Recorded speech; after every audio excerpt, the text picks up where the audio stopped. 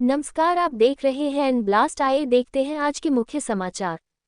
1 नवंबर से जारी है धान की खरीद। अशोक कुमार पाल, संभागीय खाद्य नियंत्रक। किसानों से एमएसपी 23 रुपये में धन क्रय किया जा रहा है। अयोध्या मंडल में 422 क्रय केंद्रों पर किसानों से धान खरीदा जा रहा है। 176 क्रय केंद्रों पर अभी तक कुल 20,420 कुंतल धान क्रय किया जा चुका है। उसमें जो खाद्यान्न रखा जाता है वो हमारा भी खाद्यान्न यहाँ का खरीदा हुआ भी खाद्यान्न रहता है, और ये हमारा जो पीडीएस में रिक्वायरमेंट होती है वो बाहर से रैक से वो लोग खाद्यान्न मंगाते भी हैं। मेरे ख्याल से आप बारिश के सीज़न की बात कर रहे होंगे, कुछ हल्का फुल्का भीगने की समस्या आई थी, तो सीजनल समस्या कभी कभी हो जाती है। रैक से मूवमेंट से जब आता है तो बारिश होती है तो रैक पॉइंट से डिपो में रखा जाता है, तो थोड़ी बहुत हो जाती है। ऐसी कोई ख़ास समस्या नहीं थी और इस समय इस तरह की कोई समस्या नहीं है। क्या कुछ जनपद में 2 गोदाम है, एक एफसीआई है एफएसडी और एक सीडब्ल्यूसी है। वो दोनों गोदाम पर्याप्त है स्टोरेज के लिए। आपके तरफ से रखरखाव की क्या व्यवस्था है? हमारे तरफ से रखरखाव की पूरी व्यवस्था है। 2 गोदाम अयोध्या जिलों में है और अम्बेडकर नगर जिले में शाहगंज बड़ा डिपो है, टांडा बेलांगर में 2 डिपो हैं।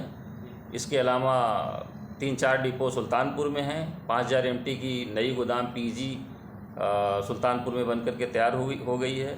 बाराबंकी में बड़ी सी गोदाम है, हैदरगढ़ एसडब्ल्यूसी की गोदाम है, अमेठी में भी इसी तरह से, जामों में बहुत बड़ी गोदाम है।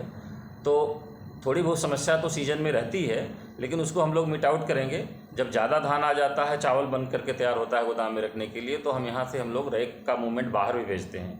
पिछली बार सुल्तानपुर ज़िले में समस्या आई थी तो 6 रैक यहाँ से बाहर भिजवाए थे। किस हिसाब से?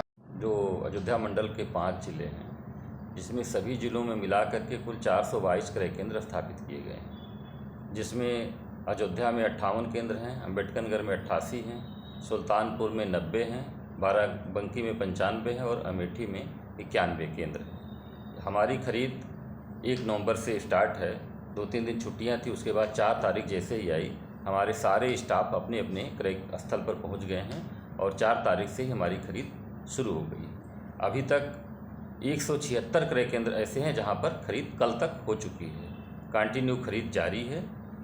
दैनिक खरीद हमारी कल की जो हुई है वो 8500 कुंटल की खरीद हुई है और सब मिला करके पूरी खरीद हमारी 20,420 कुंटल हो चुकी है। 2300 रुपया प्रति कुंटल के हिसाब से किसानों को भुगतान दिया जा रहा है।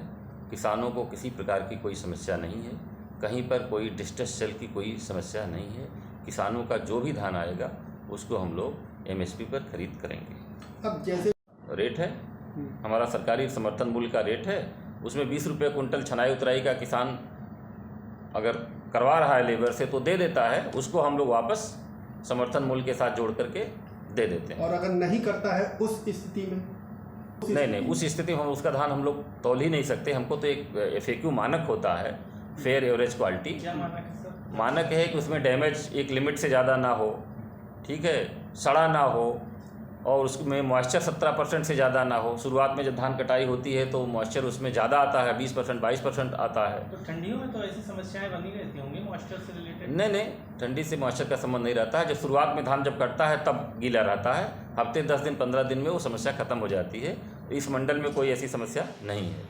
अगर थोड़ा बहुत रहता भी है, 17% मॉइस्चर के बजाय 18% रहता है, तो हम लोग रख देते हैं बाहर, किसी और किसान को तुलवाते हैं, तब तक सुबह दोपहर तक वो सूख जाता है, उसका भी खरीद लिया जाता है।